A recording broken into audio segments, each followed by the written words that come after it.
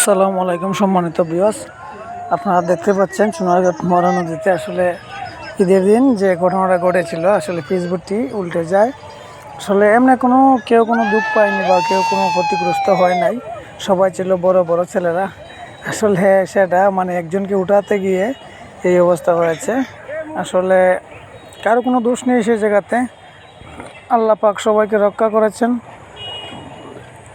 কেননা এই যে আপনারা দেখতে পাচ্ছেন আমাদের এমপি মহোদয়, এই যে উনিও আছেন এই জায়গাতে। আসলে একে একে এটার ভিতর থেকে অনেকেই ছিলেন, তবে কেউ দুঃখ পায় নাই বা কোনো সমস্যা হয় নাই। আর এত মানুষ ছিল, আসলে কি বলবো, বলার ভাষা নাই। আমাদের এই মরা নদীতে এত মানুষের ভিড় এই প্রথম মনে হয় 50 বছরের পরে দেখলাম এত মানুষ। আসলে কি বলবো, সুমন ভাইকে অনেক অনেক ধন্যবাদ আসলে সবাইকে আনন্দ দেওয়ার জন্য। আর এটি বিশেষ করে আপনারা দেখতে পাচ্ছেন এই যে আমাদের এমপি মহোদয় হাতুড় দিয়ে পার হচ্ছেন।